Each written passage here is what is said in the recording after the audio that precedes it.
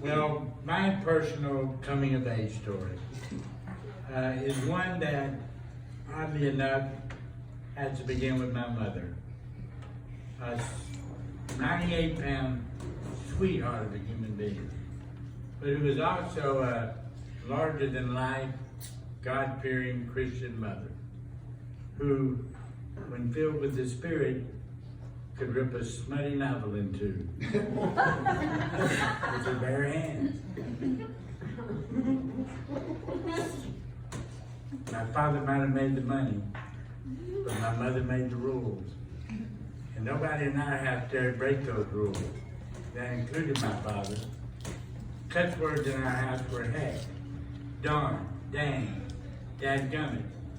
And she kept a switch on top of the fridge just in case one of those words ever slips out. And calling anybody ugly or stupid or retarded could get you grounded for a week or more. Growing up, I remember being able to watch two television shows, The Lawrence Welk Show and Gunsmoke. And that last one because I suspect my mother had a bit of a crush on Matt Dillon.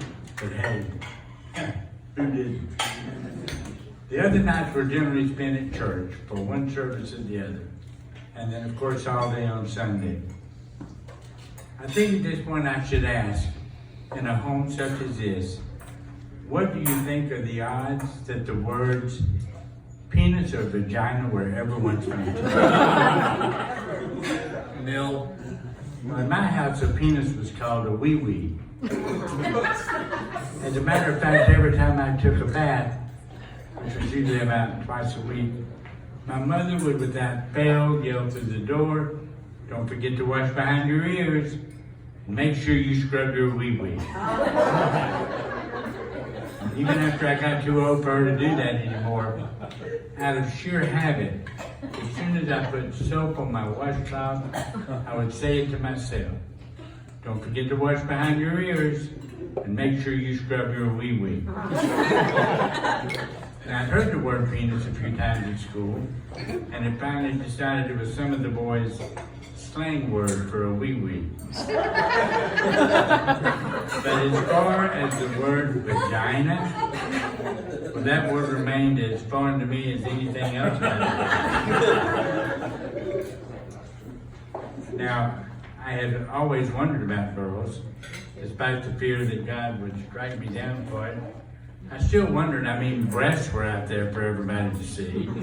Mothers had them. The older girls had them. But when I was younger, the girls my age certainly didn't have them. And when they began to develop them more than anything else, it seemed to me like it had to be really painful.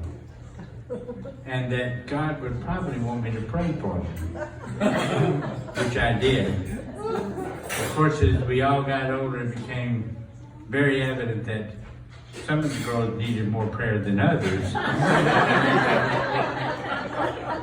But as far as what was down there, as I called it, I didn't have a clue. Nada.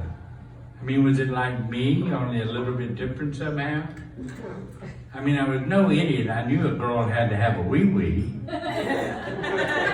But as their jeans grew tighter and tighter, it became very obvious to me that theirs was in a much better location than mine.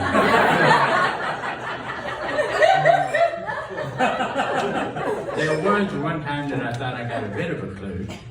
In Miss McTeer's 11th grade biology class, the bell rang and everybody got up to leave. And Miss McTeer said for everybody to sit back down until she told them they could go. But one girl kept walking right out the door just as if she hadn't heard a thing.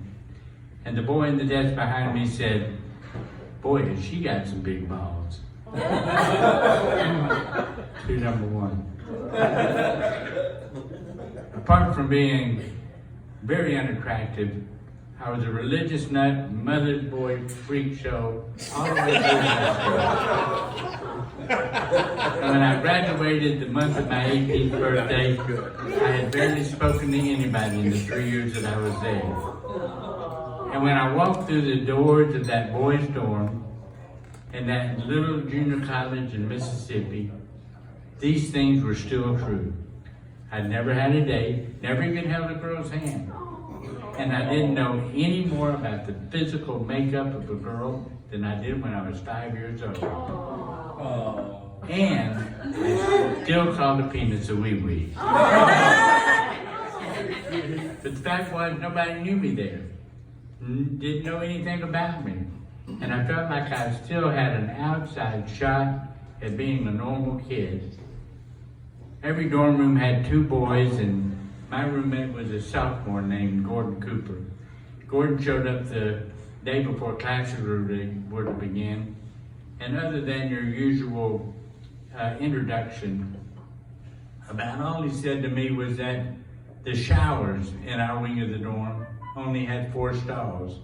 And even though it was summer school, and there weren't even 30 boys in the boys' dorm, that if I wanted to shower before first period, I should probably get up pretty early. And the next morning, as he was headed to the showers, I wasn't that far behind him. And we were indeed the first 2 that showed up there. And he got into the stall on one end to make us both more comfortable. I got in the stall on the other end. And the water had barely been running before I heard 2 other boys come in and get into the other 2 stalls. And for a few minutes, it was relatively quiet until, as luck would have it, one of them said, "Don't forget to watch behind your ears." And before I could stop myself,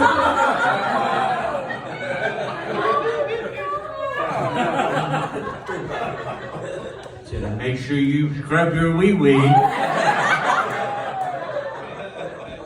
Well, word travels pretty fast in a tiny junior college in Mississippi. And by lunchtime it was obvious it had, because the very second that I walked through the doors of that cafeteria, everything got suddenly deathly quiet. And it stayed that way until the food server asked a smart-aleck boy in line in front of me if he wanted gravy on his mashed potatoes. And he said, "Oui, oui." And everybody heard it. And everybody laughed. So much for my outside shot at being a normal kid. That evening, Gordon came into our room with a few of his fellow sophomores. I suspect to find out just how much of a freak show I really was. And when they realized that I'd never had a date and used 0 about the opposite sex, they felt that they had no choice but to devise a sadistic, practical joke. And by the next day, they had elicited the help of Cheryl McMaster. Now, Cheryl was another sophomore who, during her freshman year, had apparently made it her goal to sleep with as many boys as she possibly could, and whom they knew would be a willing participant. So that evening, they came back in our room, and they convinced me that Cheryl, despite all the hoopla, had taken notice of me and wanted me to take her to the drive-in movie that weekend.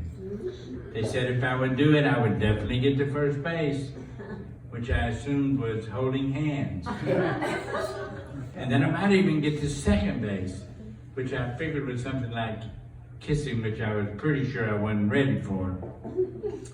But to make a very long story short, I asked her, she accepted, and on that Saturday night, I found myself at the drive-in theater, sitting in the front seat next to her in my car, watching the opening credits of "If It's Tuesday, This Must Be Belgium," and wondering just how long I should wait before trying to hold her hand. But before that thought had barely even left my brain, Cheryl took my hand, put it up her shirt, and placed it squarely on her breast, which, as it turns out, was totally bare. 2 things crossed my mind at that point. one never actually having seen a naked breast, much less touch one. As far as breast was concerned, there was definitely more there than had met the eye. And two, I had no idea what base we were on. But it seemed to me as if Cheryl had hit a home run and was in a full-on trot around the bases. But before I could wrap my head around what had just happened, Cheryl then took my hand and began pushing it up her dress. And I realized I was faced with a dilemma. Do I pull my hand away, as I knew my mother would want me to? Or do I press forward and allow myself to be educated of the carnal knowledge that I probably should have learned about long before that? Well, I had just decided to go with the whole carnal knowledge thing. When Cheryl guided my hand inside the top of her underwear, and gathering what sense I had left about me, and ignoring the feeling that my mother was looking over my shoulder in the back seat of my '56 Ford, I began to search for that mystery that had eluded me for a while. I steered my hand downward, and a little further downward. And when it seemed like I was no longer going downward but upward, I decided that I had missed something. And I felt like I should retrace my tracks. But when I found myself back at the starting point, it dawned on me that I'd been waiting all these years to find out what was down there, only to discover that there was absolutely nothing down there.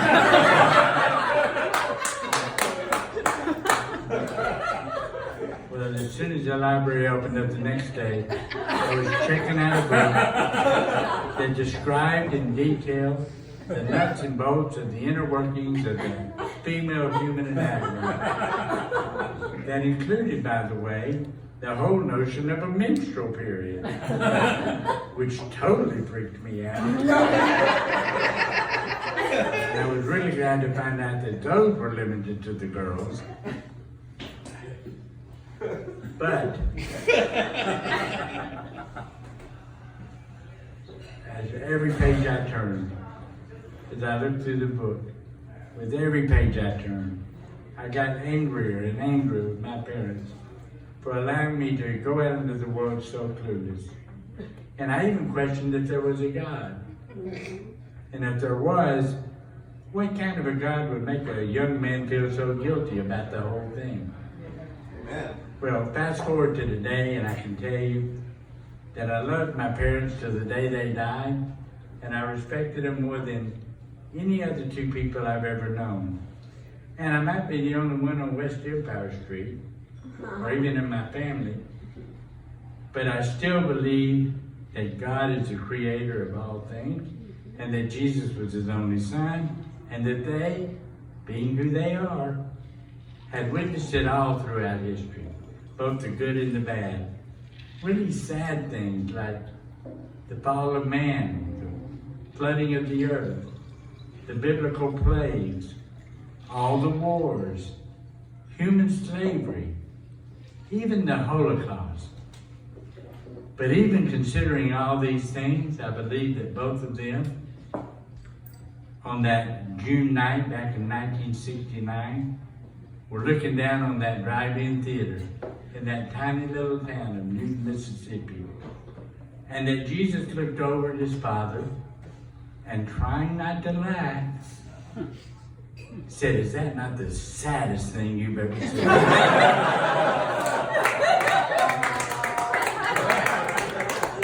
And that God, without any hesitation, answered, "Oui, oui."